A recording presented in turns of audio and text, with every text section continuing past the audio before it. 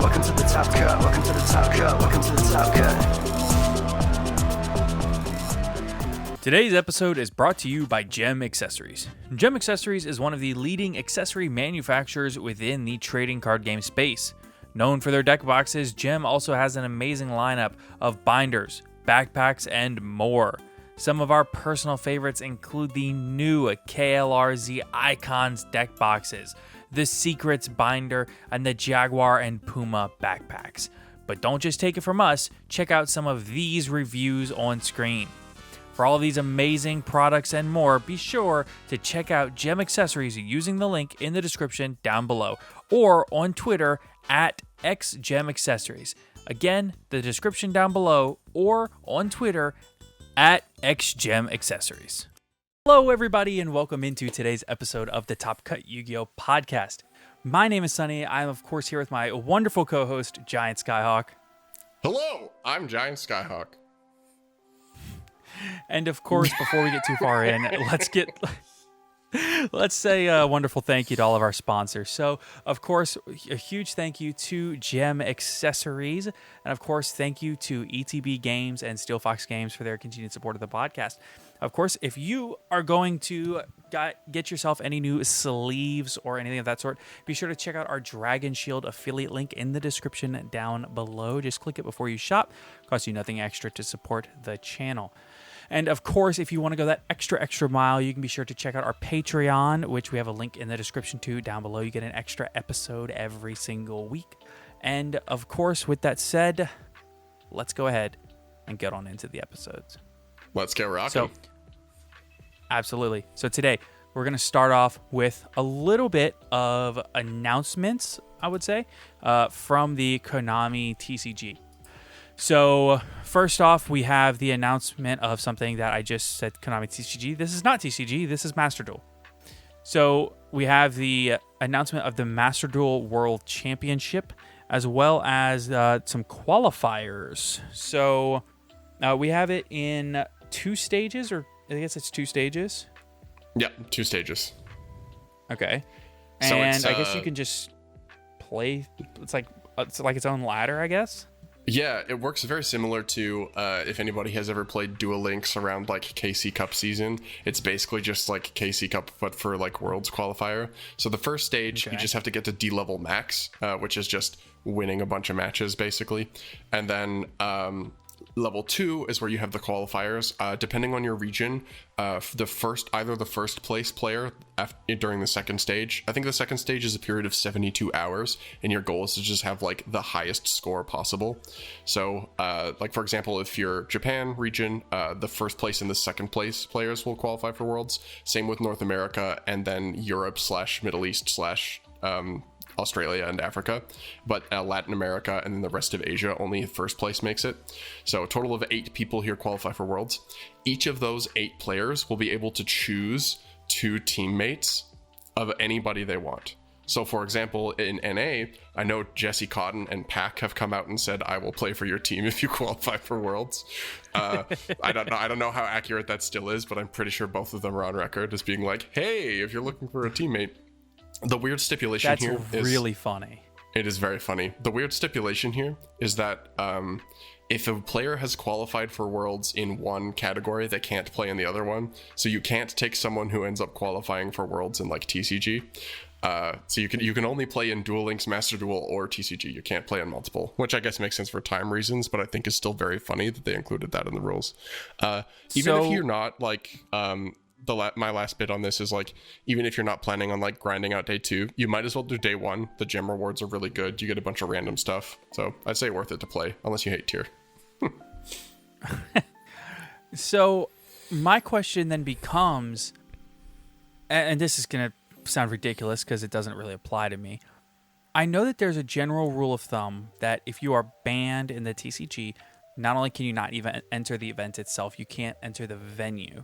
So if the Master Duel World Championships are happening, do you go to Japan or wherever they're holding Worlds that year? Is it an in-person event? I would assume that it would be, but yeah, at the same time, if you're banned in the TCG, can you still go? No, you cannot. And it's actually interesting that you bring that up because the suspended players list was updated this week. I believe it was yesterday, and Decayed is on that list of players. So this, if I'm not mistaken, he was banned for something that we had talked about on the previous episode. Yes, he was banned for leaking Master Duel releases, which you probably should not do that. I believe it was Duel Links and Master Duel. No, the video was 5 years old. So that's what I initially thought as well. I think Decayed was just memeing around. Like, obviously the email says leaked. I don't think they banned him for a 5-year-old video. I think that was just him pointing out how long he's been doing that for. I mean, to be honest, I am happy to see him banned. He has not been a good presence in the community.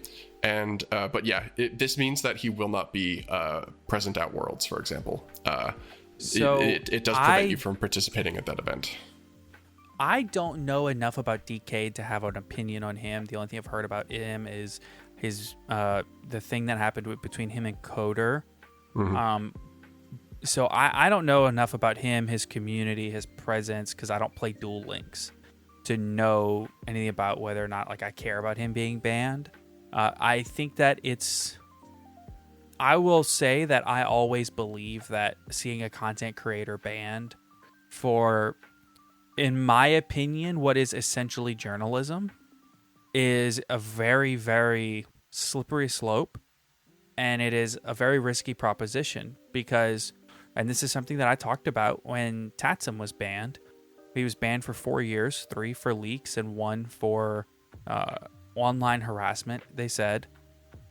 And to me, personally, I see these bans as being extremely, extremely... It's funny, the word that I want to use is it feels wrong to me because they didn't leak the information personally. The leaks were already out there in Facebook groups and things of that sort, and they're simply reporting on the information that was put out.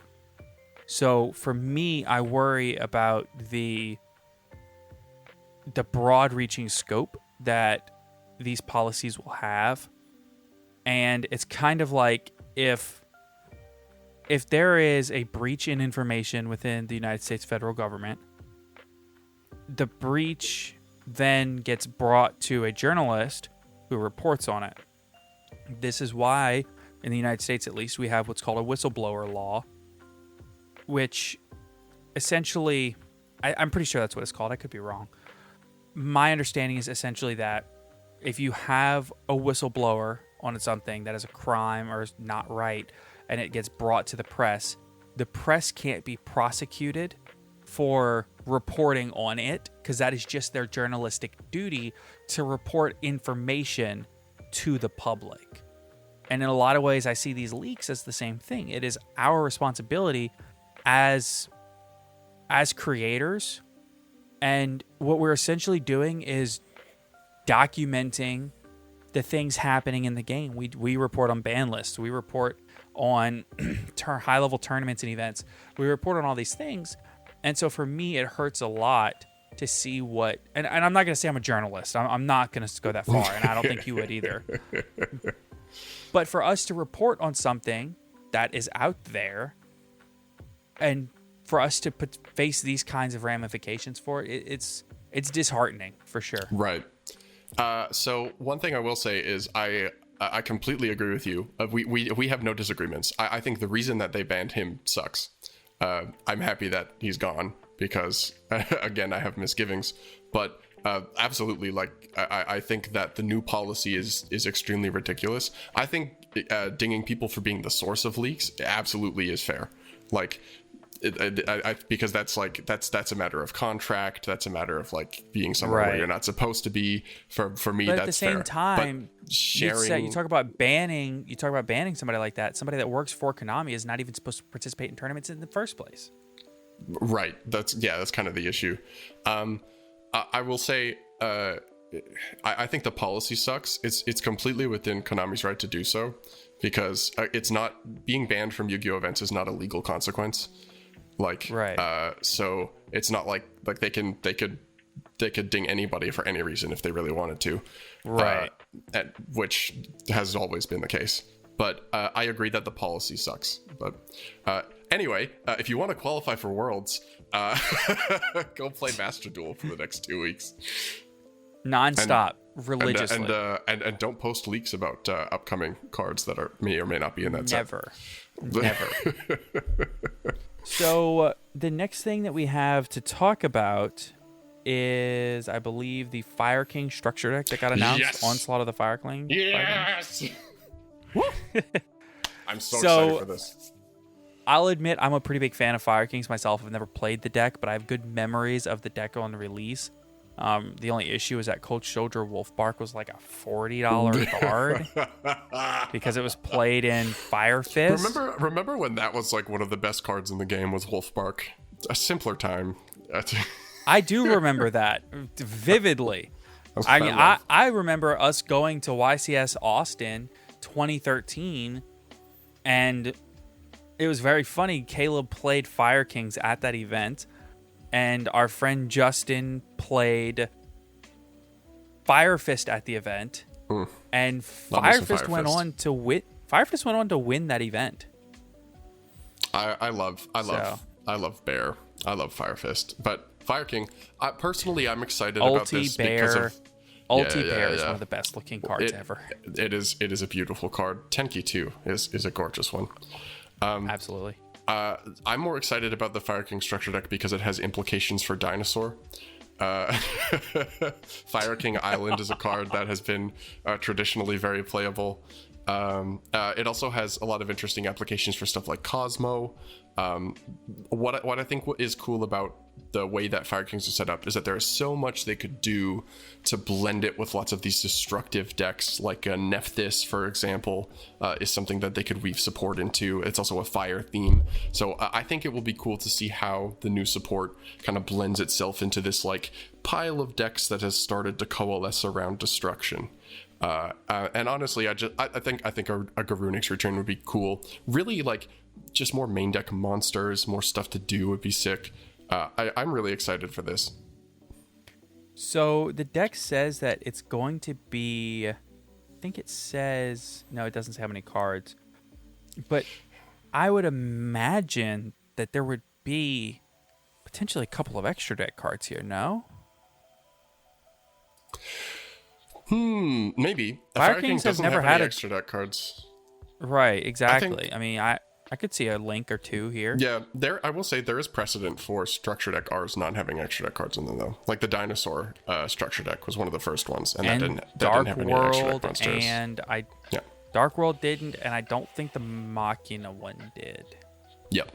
So I think it depends. I'm very curious. There's some very, very cool space that can be explored here. So I'm excited. I also wonder what staples could get reprinted here. Could this be a deck that doesn't rely on its extra deck? Could this be a Prosperity reprint? I mean, so the problem with this is that even if the OCG reveals it, we know that sometimes the TCG likes to shave cards. Like we did get evenly matched in the Trap Trick structure deck, but if you recall, the Cyber Strike structure deck had Lightning Storm, and that got got Harpy's Feather Duster. We did get Imperm. So they did keep Imperm in there, and they kept Ash Blossom in the End Dimension Shifter in the Crystal Beast structure deck. So I have hope, but we don't know until we get reveals. I'm telling you, I'm still a firm believer that Ash Blossom needs to get the MST treatment, which as of late it 100%. Has. I think. It's been in 2 in the last 8 months. Well, like Ash Blossom needs to be the way that Effect Veiler is now. I think is the comparison. But yeah, like MST, Dark Hole, just print it everything. Yes, totally agree with that. I think eventually something like Dark Ruler or Forbidden Droplet probably also needs to be there, and I think Imperm is also a card that probably needs to get to that space now. But remember, Dark Ruler has a structured deck common printed. Yeah, and it should have more. The common is still pricey Fair. for that. Fair. Is it? But yeah, it kind of is, yeah. Time to go pull them out of my boat. And then I guess Next thing. Go ahead. Yeah, next up we've got a V-Jump promo with some very sick art and some very dangerous implications. So the name of this card is Super Future Polymerization over Future Fusion. Can you think of any powerful cards that this might be trying to represent here? We have Future Fusion, Super Polymerization, Overload Fusion. There's a lot of really strong cards that this card invokes thoughts of. Yep. I mean, it's literally the skyscraper from Future Fusion, and then a lot of the rest of the art. I would say lightning strikes around the center, like Super Poly. Yeah. I will say, I think there's also like a little bit of the Malefic fusion, Malefic World fusion with the rainbow coming in on the right hand side, kind of the bottom corner. Yeah. So they're really pulling together a lot of stuff. We still don't know what it does. So although this is very hype, this is like, I wonder what this card is going to do. Fusion spells tend to be pretty good, but this could also be very gimmicky. I would like to point out that it is a continuous spell card too, similar to Future Fusion. It's very rare that we get a card like this that is a V-Jump promo that we can actually glean anything at all from, because normally the level, the attribute, attack, defense on monsters, and things like that don't really matter. We don't really get many spells or traps, and if we do, they're normally normal spells or traps. But I feel like this one being continuous, which is one of the few bits of information we can get, is possibly fairly indicative. And the thing that really stands out to me more than anything, we've had V-Jump promos in the past that have completely warped the metagame. It happens. That's true. And I'm very curious to see if it happens here. It feels like a pendulum swing. They're either cracked or they didn't do anything. Like, you got Summon Sork, and then you've got the new Dandelion. Like, yeah, I mean, it's a bit of honestly, I think there's an argument for Mystic Potato to be good, but that card has potential. That card has there are a lot of options there, but Summon Baron, Pop Potato combo. Pop Potato. All right. Next, we have some new cards to get into. So we have a lot of pendulums. A lot. Time to get your reading glasses on, because there's a lot of text. I'm actually going to see if this is going to destroy my lighting, but I'm going to put all this text on my screen so I don't have to look that far off camera. And hopefully it doesn't destroy my lighting. Yeah. You want me to take on the first card while you're making the adjustments? Yes, please. All right. So first off, we've got Supreme King Gate Magician. So these cards are all very like Zark oriented. For those of you who are Dark Worm enjoyers, there's some good news here for you. All right, so we got Supreme King Gate Magician, Spellcaster Pendulum effect, light level 7, 2500 2k. Pendulum effect. You can only use the second pendulum effect of this card's name once per turn. 1. Supreme King Zark. You control cannot be banished by your opponent's card effects. That's random. During your main phase, you can destroy this card, and if you do, place one Supreme King Gate Pendulum monster from your hand or deck in your Pendulum zone, except Supreme King Gate Magician. Are you serious? That's already busted.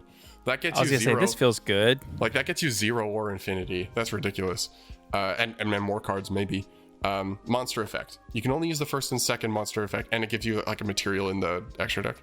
Level 7 too, so that works with Absolute Dragon. 1. Each effect once per turn. 1. If you have a Supreme King Gate card other than Supreme King Gate Magician in your Pendulum zone, you can send one Pendulum Dragon, Xyz Dragon, Synchro Dragon, or Fusion Dragon monster from your hand or extra deck to the graveyard, and if you do, special summon this card from your hand. There's got to be some nonsense you could do with that. For sure. Send Crystal Wing, send tons of stuff. Like, I'm sure there's some very random like fusion nonsense you can pull with this. This also helps set up Zark. I see. Okay. 2. If this card is special summoned, you can add one card that mentions Supreme King Zark from your deck to your hand, except a spellcaster monster. Oh, okay. So you're telling me you are... this reads like DD Griffin, right? Where it just does everything. This card is protection. Right. This card gets you a scale. It loads up your extra deck. It dumps from your extra deck or your hand. And then it's also Rhoda. This card is insane. So, out of curiosity, can you see the pictures on these cards? Because I don't have pictures for these cards. I cannot, actually. Funny you mentioned so that. Maybe what is the scale on this? That's... Hang on. They don't have this in the text. No, they don't. That's why I was hoping you had a picture. I don't. So we don't have the scales. We just don't have the scales here. Why don't you read the second card and I'll go try to find scales. Sure. So the second card we have here is called Supreme King Dragon Lightworm. So this is a Dragon Pendulum Tuner effect monster, light, level 4, 1200 attack, 1800 defense. I really wanted another dragon. Pendulum effect. You can only use the pendulum effect of this card's name once per turn. A good line of text to see.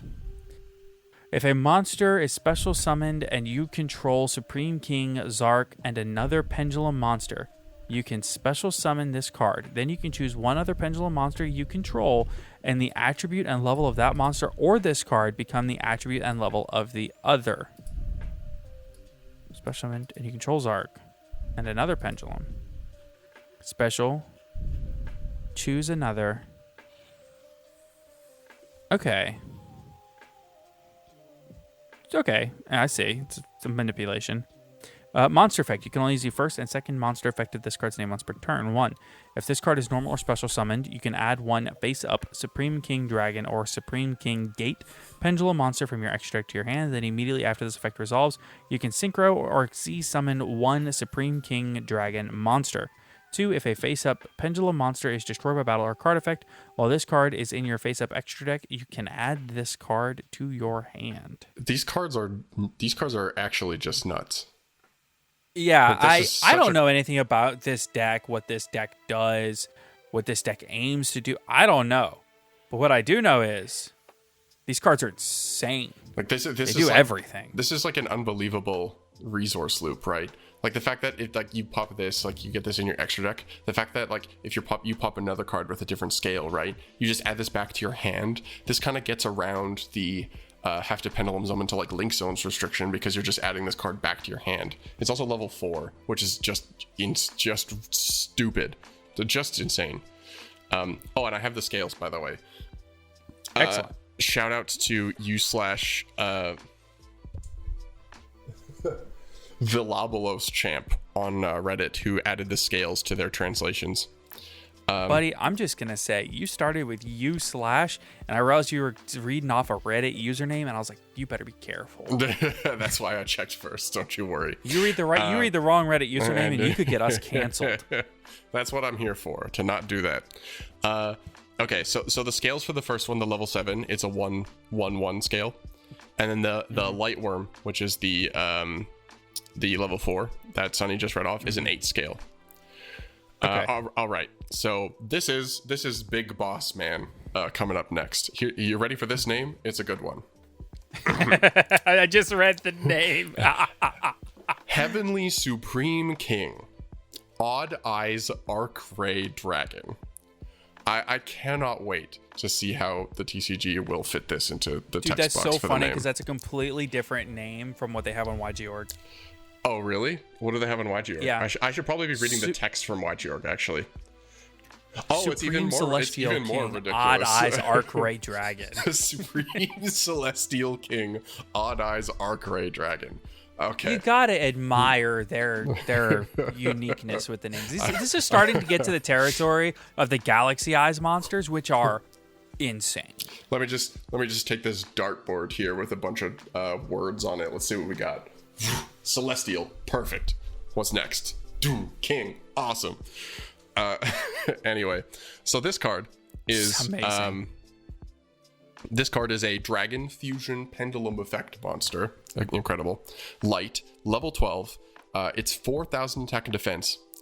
And are you ready for this? Its pendulum scale is 13.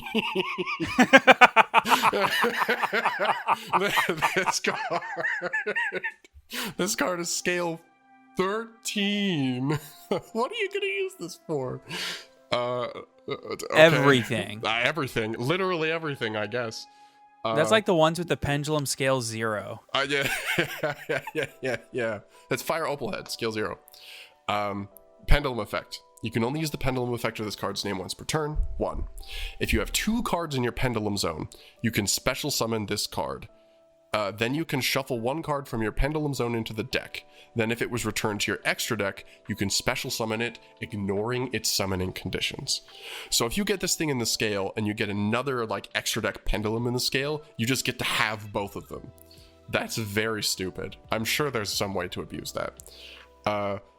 Monster effect. So what? it's materials. That's so crazy. Yeah, so its materials are 4 dragon monsters, 1 fusion, 1 synchro, 1 Xyz, and 1 pendulum. This is, I believe, the same materials as Vanilla Zark. And this card is always treated as Supreme King Zark. Okay, so it actually is Zark. Awesome. This face down card in the extra deck, I love that we have to specify that. That's so crazy. Yeah, must first be either fusion summoned or special summoned by tributing 1 level 12 Dark Supreme King Zark. Sure. Wait, hold on. So you have to summon, so you can either fusion summon it or you can just tribute off a Zark that you summoned. So if you summon Zark, but can you still only run 3 copies combined? If this card is always treated as Zark. But here's the issue. This is light and the original one is dark. So it depends on the exact wording. And I'm not sure if this is correct. I believe if it says this card's name is always treated as Supreme King Zark, then you wouldn't be able to play. But because it just says it's always treated as Supreme King Zark, I think it's fine. Because if you think about... let me look up the text of Pacifist really quick. Pacifist... This is ridiculous that we have to go to these lengths. It's rulings time. Yeah. So Pacifist specifically says this card's name is always treated as Umi. And that means you can only play like 1 Umi, 1 a Legendary Ocean, 1 Pacifist for a total of 3 Umi. But because this card says it's always treated as, think of it like the Harpy Ladies. Yeah, so the Harpy Ladies, their names are treated, so you can only play 1 of each, right? Or like 3 total. The Sioux ships have a monster that says this card is always treated as X in like whatever amount of locations. So unless the translation of this card will say like treated as name, you should be able, in theory, you could play 3 of each. But you wouldn't. Like, I don't know why that would ever come up, but now all of you at home have the knowledge, and if I'm wrong about this, I suck, I guess. That's okay, we'll call you out on it later. Yeah. We still have some effects to go through. There's too much text. So I guess the idea is you can summon this by like dumping stuff from the extra deck a little bit easier if you want to fusion summon, whatever. If this card is special summoned from the extra deck, you can place 1 pendulum monster from your deck in your pendulum zone. Cool. Electromite. Awesome. If this card in the monster zone is destroyed, you can place it in your pendulum zone. That's just Electromite with more steps. Yeah. I mean, so clearly this is just like a combo piece, right? Like, you're doing this... Wait. Neither of those... This effect is not once per turn. How many of these are you summoning, okay, but like you could pretty easily... I think you could pretty easily loop this. Because like as soon as it's properly summoned. So the pendulum effect is hard once, but the summon effect is not. So you could probably loop this twice. Because you put it in the... You summon it properly. You summon it the first time, right? Summon it the first time, trigger the effect to place a scale. And then if you destroy this by yourself and you put it in your scale, you can then trigger the scale effect to summon it again and then put another thing in the scale. There's probably some nonsense you can do with this. If you link it off, it goes to the extra deck, doesn't it? If you destroy it, it goes in the pendulum zone due to its effect. You can place it in the pendulum zone. If you link it off, it goes to the extra deck face up. Yeah, so you could just pendulum summon it. Yes. Yeah, which he's level 12, so you would need a scale of 13. Interesting. Yeah, we have like one that. of those, huh? Yeah. This card is scale 15. Anyway. All right. Next card we have here is Pendulum Evolution. This is a continuous spell card. You can only use the first, second, and third effect of this card's name each once per turn. 1, you can shuffle 1 pendulum monster from your hand into the deck. Add 1 pendulum monster with 2500 attack and a different name from your deck to your hand. 2, if you special summon to face down pendulum monster or monsters from the extra deck this turn, you can activate this effect. Immediately after it resolves, pendulum summon a monster or monsters. 3, you can target 1 Supreme King Zark you control. It can attack all opponent's monsters once each this turn. Cool, it just makes it UCT. That's cool. Yeah, this is good. This is also very searchable. You can play Duelist Alliance to go get this. There's lots of cards that search cards with like Pendulum in the name. It maybe is a little bit win more, but like an extra pen summon is crazy, and a searchable extra pen summon seems nuts. So I don't know if you would play this, but it definitely seems like a good option. It's a one of. For sure it's a one of, but I mean it's also kind of nuts. It's super searchable, so it's a one of. Yep.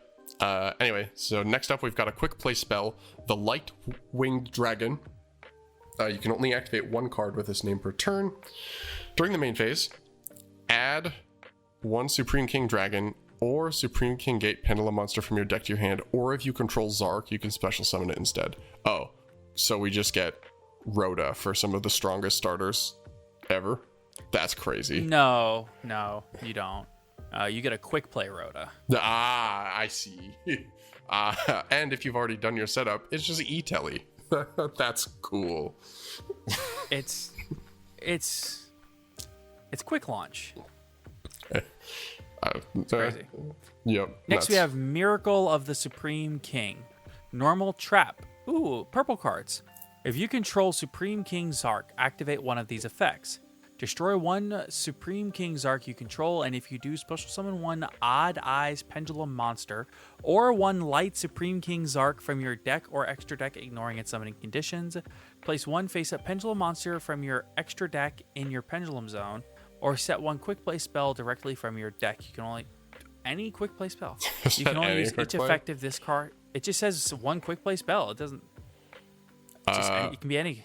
So I guess the downside is that like you can't activate the quick play spell. That's still kind of crazy. Yeah, it is kind of crazy. So it's really interesting to me that it keeps specifying a light Supreme King Zark.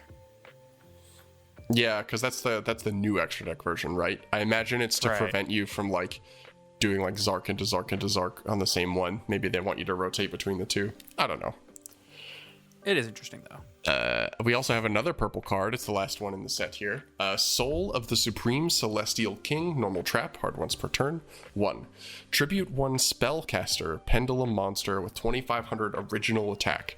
Fusion summon 1 Supreme King Zark from your extra deck by banishing materials listed on it from your hand, deck, extra deck, field, and or graveyard. But its effects are negated unless it... least 1 each of your Pendulum Dragon, Xyz Dragon, Synchro Dragon, and Fusion Dragon monsters are currently banished.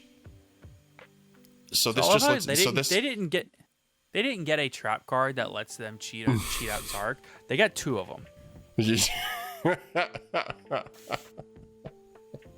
What if we gave them 2 Tri-Brigade Revolts? Like, 1 is good, right? Like, one is good. But what if it was 2? So you just banish them from deck and extra deck too. So you just have to draw this card and then the Spellcaster with 25. I feel like there's a way to search a card that says Celestial King. Oh, well, is it? It's a card that mentions Zark, right? So that's the. Oh yeah. I think the level 7 is a Spellcaster that's 2500, and it just adds this if it's special summoned. So that card just like fulfills the whole condition on its own. Well, these feel good. These cards are ridiculous. This has to be playable in some way. Like, I don't like. I mean, obviously, Pendulum has like some inherent weaknesses as a strategy, but like even as an engine, somebody probably could make this work. Yeah, I mean, you would think that, right? But like the issue is, as it turns out. Pendulums are bad. So Say that it ain't sucks. so. I'll Say have you know it that. ain't so. Excuse you. I'll have you know that Archfiend Eccentric, Predaplant Spider Orchid, and Mythical Beast Garuda are seeing lots of play right now. So pendulums are not bad. Thank you very much. That is true. I had to go through all my bulk to find my one English, one French copy of Archfiend Eccentric in different rarities, different languages and different rarities, and the one Garuda I had. True. So just to try to play them in super heavy. All right, next we have some more support for another piece of the game that everybody loves. Like, everybody loves Pendulum. It's like the thing that everybody says, like, oh, what is it about Yu-Gi-Oh that you love? People say Pendulum, and this is the other one, Sky Strikers. It's the two things that are just universally loved about Yu-Gi-Oh. Anybody that played the game 10 years ago says, yeah, Pendulums are awesome. Anybody that played the game 4 years ago says, yes, Sky Strikers are awesome. It's just universal. I'm a hater. I'm sorry. I'm a hater. I also hate both of these things. All right, next. So we have a Sky Striker Ace Camellia. This is a Link to Dark Machine Link effect monster. 1500 attack. Of course it does. Links are top right, bottom left. Materials 2 effect monsters. Yep, it's generic. Must first be Link summoned. That makes sense. You can only special summon Sky Striker Ace Camellia once per turn. Once per turn, if you have 3 or less spells in your graveyard, first Sky Striker card to ever say that, you can send one Sky Striker card from your deck to the graveyard. Cool. It's just Hayate, but easier. Easy. 2. It's Hayate, but you can do it in the main phase. You can Kagari in main phase. Very cool. I have a lot of thoughts about this card. 2. If this card is sent to the graveyard, you can target one monster your opponent controls. Special summon this card to their field, and if you do, send that monster to the graveyard. Also, shift control of this card to this card's... Also, shift control to this card's owner during the end phase of this turn. Okay, so here's what this means. Let's break this down. So, you cannot Ray into this card. Can you? No, it has to be Link summoned. So you cannot just tag Ray out into this card. But notably, one large weakness of Sky Strikers has always been a kaiju, because it puts a card in their main monster zone. But here's the interesting thing, is because of this card being generic, if you normal summon Ray with a kaiju on your board, you can link Ray and the kaiju off into this, clearing the kaiju off the board. Now, what it also does is it lets you pick what cards you want to have in your graveyard and stack your graveyard how you want it so that you can get the most value of possible out of your Kagaris. It also lets you has built-in removal. Having all of these things on this one card is really strong. It cannot be understated how strong this card is for the Sky Striker strategy. And I think the first thing that a lot of Sky Striker players thought was that, it's like a maybe toolboxy card. This seems like one of those cards that should be in every Sky Striker deck until the end of time. And because it's such a utility card, more so than most other Sky Striker cards, which just like all the Sky Striker links to me have mostly been engine things. This feels less engine-y and more utility. So I think there are two important things to note about this card. The first is that so not only, like you mentioned the kaiju clearing out, that I think that's just half of the story here. Striker can now just play other engines, right? Like if you have like a random special summon engine that gets you something that puts like another body on the board, or even just any engine, because it's just any 2 effect monsters. Who needs Ray? You could just get anything. Like you could just play anything that puts 2 bodies on the board to get you advantage, go into this, and then make your Sky Striker plays, right? This means that Engage is accessible as a generic engine for decks again. Because Yes, any it two is. effect monsters makes this send engage, go into a Kagari, add back engage, and activate engage, add Widow Anchor or whatever you decide that you want while you're going second, or just to add like Hornet drones if you want to keep like climbing. Tons of different options for this. Like if you're activating a bunch of spells, it's extra draws. This card is set up going first because it gets more spells in your graveyard for engage, or it just gets you anything you want with Kagari. Like, if the policy docs are any indication, please no. you could use that engage to search another engage. No. Just saying. I refuse to. I hope that doesn't happen. You can hope, but the policy docs say otherwise. And we have spent all this time talking about what this card does, and we have not even mentioned that, like, oh yeah, if it's sent to the graveyard at all, it just gives itself to your opponent, removes this card from the graveyard, like sends that monster to the graveyard, non-targeting, non-destruction removal, and also you get this back. So what is interesting is that there is a downside to this, in that when this card comes back to you, it ends up in your main monster zone, but it doesn't do that until the end phase. So if you want to apply something like a Shizuka, you can, or because you can start to play more engines and striker, you just make IP, and then when you get this card back after main phase 2, you can just IP link off into your extra monster zone, into like Avramax or Unicorn or Ningirsu or whatever you want to do, and then you have your main monster zone free again. Like this card it's good generically, but it's unbelievable for Sky Striker. Yeah, this card's good.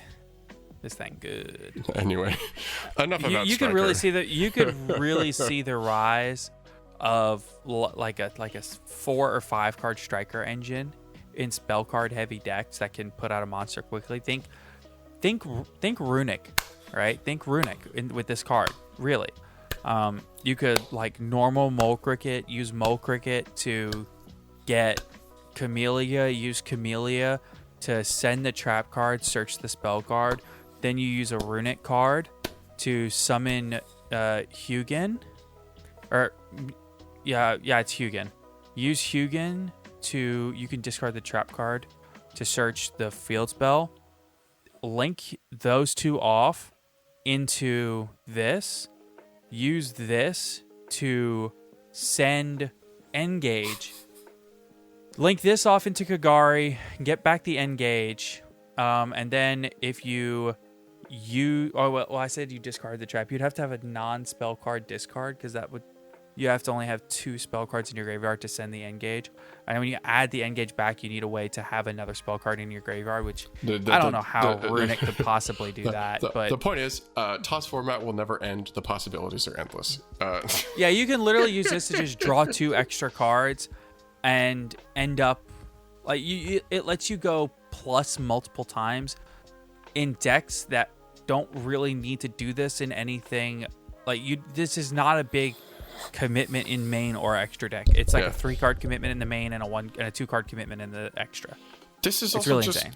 This is just good removal. Like you could just make it and link it off. It's a kaiju. That's the irony of it. They gave Sky Strikers a kaiju. They already have a kaiju. It's Hamp. This is another. They gave him another. Yeah, they gave him like a playable one. one that can be linked off into Kagari. Yeah. And it's such a we will see this card see play in numerous capacities. But you want to know what else I want to see play? Volcanics, baby. Let's go, baby. That's what I'm talking about. We got a Pain 98. We got the last volcanic card. I mean, hopefully there are more, but we got the last one from the Duelist Pack Fire. We got a normal trap card for you. Volcanic Emission. And I love the description, YG, you're going to get burned by Axel's parents. Dude, the URL, that looks painful. That looks painful. This is about to be real painful. Volcanic Emission, normal trap. Activate one of these effects. Your choice. Take one volcanic monster from your deck and either add it to your hand or special summon it, ignoring its summoning conditions, but return it to the hand during the end phase. So this cheats out the Emperor guy that is basically your win con. Amazing. 2. Target one pyro monster on the field. Inflict damage to your opponent equal to its original attack. If you controlled the target at activation, the damage inflicted by this effect is halved. So if you summon a pyro to your opponent's field, which a lot of the new support does, you can just burn them for 3k. This card makes it unfathomably easy to FTK. Like, or to at least like do the rest of the burn damage on your opponent's turn, right? This either gets you the Emperor if you don't already have ring it. of destruction. It's crazy. This card is ridiculous. It doesn't actually destroy the monster, but it does the damage. That's even better. Yeah. It's very stupid. I'm so playing Volcanic when that deck comes out. Catch me being the most degenerate person at the tournament playing Volcanic Runic. Catch me. I believe it. Oh, I already have my ulti shells. If anybody has secret rockets that they want to let go of, hit me up. This dude is not kidding. He picked up ulti shells at London, and I crap you not, like 3 days later, they revealed the support. Sunny has just... Hey, Payne, hit me up. You can thank me. It's listen, there's streamer luck for like getting things on Master Duel, and then there's podcaster luck for speaking things into existence. You're gonna learn this, Skyhawk. You're gonna learn that as you speak things into existence, it happens. Yes. I have a track record, a very well-proven track record. The Gate Guardian support was your fault. Yes, we know. As well as a litany of other things. My current thing that I'm speaking into existence is, of course, YCS New Orleans. I'm speaking it into existence. We're gonna get a YCS New Orleans. To be fair, I think that actually would be cool, but I don't know. Listen, Yeah, we it just would got be Vancouver. sick. I'm not pushing my luck. No, I'll push it. I'm telling you, somebody at Konami listens to this podcast. I'm telling you, which is why I started being a lot more careful with the rants that I go on. Konami individual, don't go back and listen to my old rants. They were not nice. All right, Sonny, you want to handle the last? Card? Sure. The last card we got is some junk mail. Level 1 Earth mail. Warrior Tuner. A level 1 Earth Warrior Tuner monster. As long as it's not a machine. 400 attack, 100 defense. Dude, this card is a Rhoda target. This card is it's a 1-for-1 target. I hope this card isn't that good. You can only use the second effect of this card's name once per turn. 1. A synchro monster that used this card as material cannot be destroyed by battle. Okay, alright.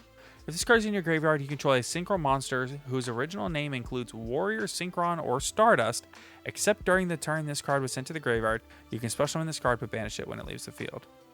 I'm fine with this. It's cool. This is not good. No, but it's a cool utility card for the Stardust Synchron strategy. I mean, right? So read this again. Except during the turn this card was sent to the graveyard. This card sucks. It's not even worth playing in that deck.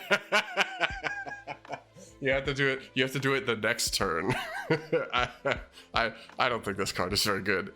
Like if it was, it's not worth playing in any deck, including its own deck. Yeah. But it's not infected mail. It's junk mail. At some point, we might get spam mail. We get spam mail. Spells. True. We should get spam. Yeah. So there are a couple other things I want to talk about. The important one is I found $200 yesterday. Yeah. Would you like to show the people what you found? No, I don't feel like getting up to go get them. But actually, you know what? I will. Okay. While Sunny is doing that, I'm going to explain to you all. So I thought I was slick. I was digging through my bulk, and I was like, oh wow, I've got these 3 OTS Pack 10 super rare Jizakirus. These are kind of money right now because people are playing them in super heavy because you could search it off Cleaport Genius. And I'm like, wow, that's cool. And I thought that was my find for the next couple days. And then this dude shows up and he pulls 3 of like this most stupidly expensive card for no reason right now. Would you like to It's tell not the for people? no reason. It's a rank 8 negate. It is Galaxy For no reason. Prime Galaxy Eyes Photon Lord or something What like that. is playing this? Number 90. Galaxy Eyes Dex. It's playable in Dark World. What is I don't care. It's $70, and I found 3 of them in my bulk yesterday when I went to search for it on a whim because I happen to know where my secret rare Xyz monsters are.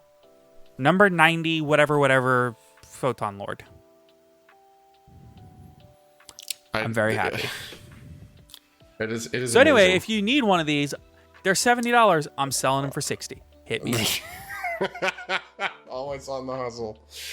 Guy's crazy. Always on. It's the grustle. It's the grinding hustle mindset. Speaking of being always on the hustle, that's a decent segue into kind of the last chunk of the meat of this episode, which is the regionals grind. Yeah, so I am a crazy person. I am going to... What regional is this for me this year? This is regional 6 or 7 for me so far this year. Which, if I was good, dude, I'd be grinding Worlds events.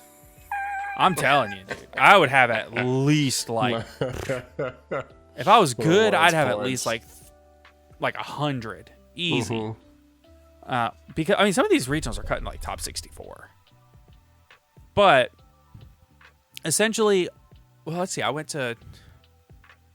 been to Houston, Dallas, Mississippi, Shreveport, and I went to London, but that doesn't really count. Just a small regional of 3,000 people. This is at least regional number 5 for me, and that's just regionals, not including obviously YCS London. Mm-hmm. So I'm going to regional number 5 this week. I have a week off. 6 in Dallas the next week, or Fort Worth. 7 in Houston the next week. So in the next 4 weekends, I'm going to 3 more regionals. And then a couple weeks later, I'm going to nationals. So, with that said, the question is, what do I play at these events, right? Because I have a bunch of decks that I can play, and I don't know what to play. And I think that this is something that a lot of people go through when they are considering going to these events is I have all these options. How do I pick? So I wanted to go through them really, really fast because we don't have a lot of time and talk about them and my thoughts behind them. And Scott, feel free to interject at any time. So I can. My options are, first, obviously, I have Sword Soul. Mm-hmm. Sword Soul has been old reliable for over a year now, like almost a year and a half. It's a good deck. And I know it inside and out. Next, I have Naturia Runic. Then I have Math Mech. I have Super Heavy Samurai. Marin Cess. Labyrinth. And I could probably put together a handful of other decks. But those are probably the most competitive ones that I have available to me. So, and the issue is that the only deck that I have these that I actually know how to play competently is Sword Soul. Man's been a Sword Soul bozo since release. Literally. Awesome. So, it's one of those, it's always difficult to weigh, especially when you have multiple options, what you think the best thing to play is and what you think you will perform well with. That's something that I've always struggled with as somebody who usually is playing a rogue deck in a format, aside from like maybe the few times the dinosaur has been a tiered list. You have to gauge where you are at. Like at some point, especially at the beginning of the format, you might have to just get the reps in with something you're less comfortable with because you know it will be better later. But also, depending on the stakes for you, like maybe this is an event you don't go to very often, or maybe it's a regional you attend once every 3 months or once every 6 months, you have to think about what you think you will do best with. So for you, it sounds like the debate is, like for me, it sounds like the debate would be between Super Heavy and Sword Soul is kind of what I think it comes down to. And then the question then is, do you feel like it would be better for you to play a deck that you know inside and out, or would it be better for you to play something that's better and can get you more experience, but you might make more mistakes and that can screw you in a long event? So the issue becomes, I don't anticipate this Baton Rouge Regional being super massive. I think that the Baton Rouge Regional will be, like, I think it tops out at like 200 players, which is not massive in the grand scheme of regionals. It's as big as some nationals in some places, but in terms of American regionals, I've been to some like under 100, but it's kind of rare. When we go to Houston, it's like 600. Dallas is 500. So I'm used to these much larger events. And I think that something like this, where it's a bit shorter of an event, it gives me the opportunity to play something that I potentially don't know as well and can be carried by the high skill ceiling or the high power ceiling of the deck. As long as you know the bread and butter lines of the deck, then it's potentially okay to do something like that.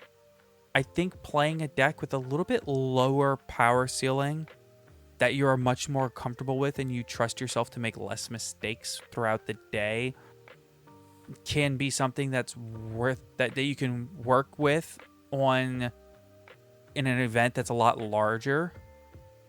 So, for example, if I was going to a YCS, I wouldn't even be thinking about these other decks, because to me, when you go to a YCS or an event like this, you want to play the deck that you're the most comfortable with. And if you practice a ton and you're always in the meta and you're always constantly at the top of your game, then that can be the best deck in the format. But for me personally, it's really tempting to go to a smaller event like this and play something I'm not familiar with. So sounds like you're thinking super heavy. Yeah, the more I think about it in my head, the more I think I do want to do super heavy.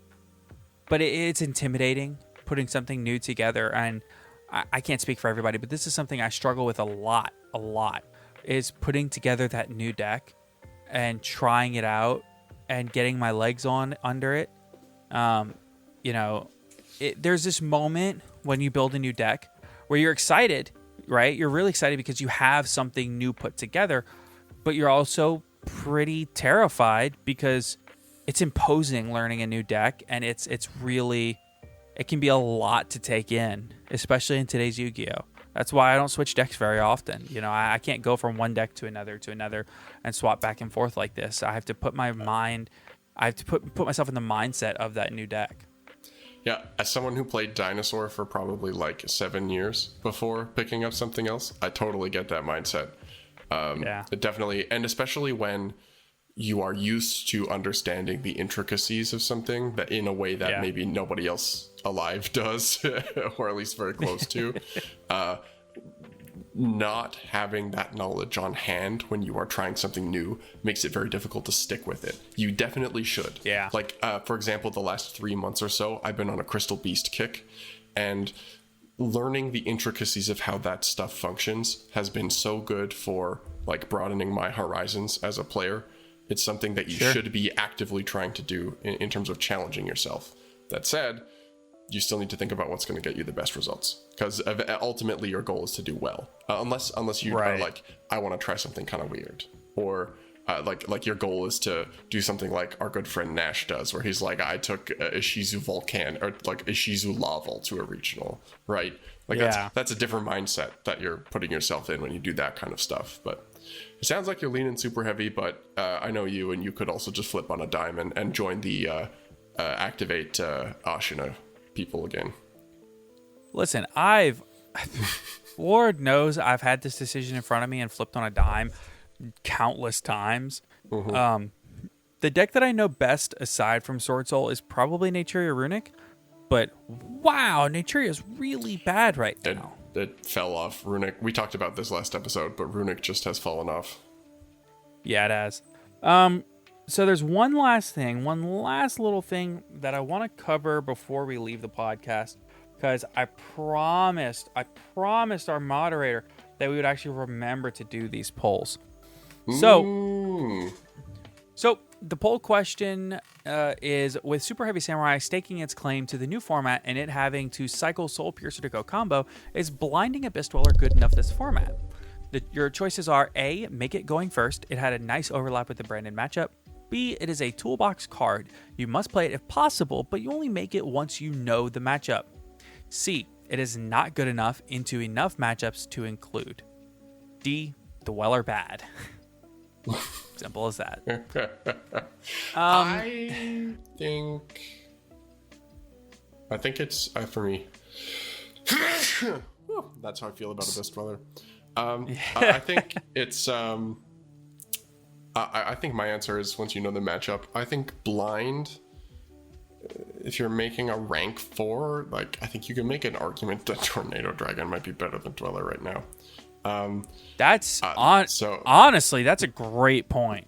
Like Tornado Dragon pop a super heavy scale, Tornado Dragon pop the planet or the birth, Tornado Dragon like even branded lost against like the branded matchup or branded beast if they decide to set that up after like it's really bad into Pearly, I guess. Yeah, well, I mean, Nick, you can pop the continuous spell. So like, but so I think Dweller is one of those cards like against branded Dweller is really strong, but it's not like super game ending. Like the big Bestial guy's summoning condition is like for the Bestial builds, it's a summoning condition and not an effect, so it doesn't care about that. And you can just like banish Tragedy, get the effects that way. Yeah. So I don't think you get as much value out of it. I think it's pretty darn good against super heavy. Like it screws up a lot of like the super heavy cards themselves, but like against Cash doesn't do anything. Against Pearly, it's not great. Like it stops the draw engine, I guess. I'm falling into C. It's not good enough to include him, and it's not good enough into enough matchups to include. That's where I voted. The majority of people say it's a toolbox card, but I don't think you have to play this in your deck list. I think Exciton Knight is maybe better. I think that I'd rather play Dugaris or like you said, Tornado Dragon or Baguska. Yeah, Baguska I think is really good right now. I think Baguska hoses the Pearly deck, doesn't it? Yeah, Baguska's really strong into that, I think. I mean, they're all playing Santa Claus, but they have to draw that, right?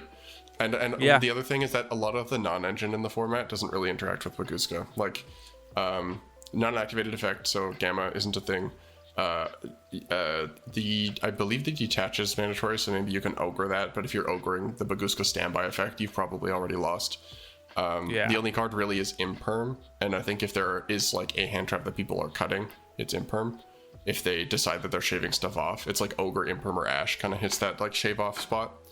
And so I think Baguska is really good right now. Light Dragon and Ignister is something that I think people could start experimenting with. That's to keep an eye out for that coming up in the next couple in the next month or so for format developments.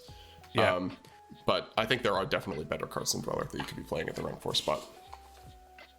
So with that said, let's go ahead and move on into our closer here, and let's thank all of our wonderful, wonderful patrons. Y'all are so good! All right. Well, a huge thank you to Black Wings, but it's just me feeding the ducks at the park. Kane Martin. Oh, that's so good. That one got you. That's so good. Cade Martin, Zyphorus, Cards, Goetia, Earth Machine, Best Deck, Epi. Has anyone actually read Toy Vendor, HGH Cyber? If all you have is a Cosmic, every problem looks like a floodgate. John Lill, Monstron, Mountain Man, Oatmeal Spaghetti, Owen Alvarado, Seto Kawaiba, Silver Hope, Unbanned Number 95, Konami. Understanding and reading are two different things. Virtually Savior's World, Rogue and Tier 2 are the polite terms for bad deck. Aaron Gardner, Asami, Ashlish Chaps, Atsuyo, Sympathis Silver Castle, Blackwing, Silverwing the Ascendant is the best floodgate. Box Wine, come on and get your game on. Duty Booty, Dragon Maidenless Behavior, Dragon Maid Stunzed. I'm about to Rika, Glamour, Tribute for Cost, These Plant Nuts in Your Mouth. Cam, the Hockey Walkie / Mixer, Old Man Red, Pin Code 143, and Slaking It Up. Thank you all so much for your continued support of the podcast, and I truly expect to see more patron names from you all in the future. Come on, just step your game up. You can do better. That is Black Wings, but it's just me taking my ducks to the park. Feeding the ducks feeding the ducks at the park. It may be the best sentence I have heard in months. Congratulations, whoever you are, because that is just that is music to my ears. That is a well done patron name. That is top tier for sure. That is an all-timer. So with that said, thank you all so much for joining us on today's episode of the Top Cut Podcast. And until next time, have a great weekend, everybody. Catch y'all later. It was adios last week. It's catch y'all later this time. I'm mixing it up.